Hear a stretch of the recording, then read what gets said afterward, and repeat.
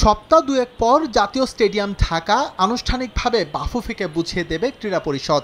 সময় ঘনিয়ে এসেছে, আর তাই ঘন ঘন পর্যবেক্ষণ করা হচ্ছে সংস্কার কাজের অগ্রগতি।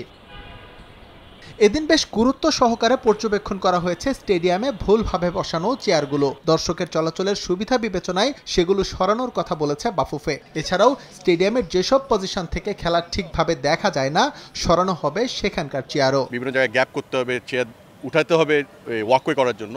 কোনো প্রভাব পড়বে নাকি আমাদের টিকেটের উপরে?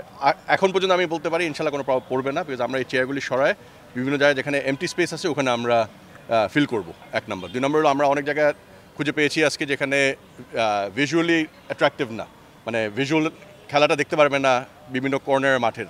যেহেতু আমরা একটা পরিবেশ ক্রিয়েট করতেছি যেটা আনন্দময়, আমরা খেলা দেখব, প্রত্যেকটা ফ্যানের যেন ভিউ রেস্ট্রিক্টেড না হয়, এই জন্য আমরা ডিসিশন নিয়েছি অনেকগুলি চেয়ার ওখান থেকে সরাবো আমরা। এরই মধ্যে ফুটবল পিচ বুঝে পেয়েছে বাফুফে। উঁচু নিচু মাঠ নিজেদের তত্ত্বাবধানে ঠিক করছে ফেডারেশন। এছাড়াও আরও যেসব জায়গায় কাজ বাকি আছে তা নির্ধারিত সময়ের মধ্যে শেষ করতে ক্রীড়া পরিষদের সঙ্গে সমন্বয় রেখে কাজ করছে ফুটবল ফেডারেশন। আপনি যদি 1 সপ্তাহ আগে এসে থাকেন, দেখতেন মাঠের একটা হিউজ প্রভাব ছিল, একটা গ্যাপ ছিল, মাঠ দেখতে অসুন্দর ছিল, খেলার যোগ্য ছিল না। আপনি যদি আজকে দেখেন অলরেডি এটা 30% বেটার হয়ে গেছে।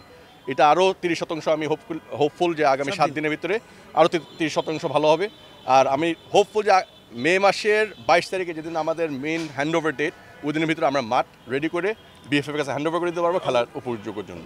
সংস্কার কাজ শেষ করে আগামী 22 মে বাফুফেকে স্টেডিয়াম বুঝিয়ে দেবে ক্রীড়া পরিষদ। এস এম ইকবাল, সময় সংবাদ, ঢাকা।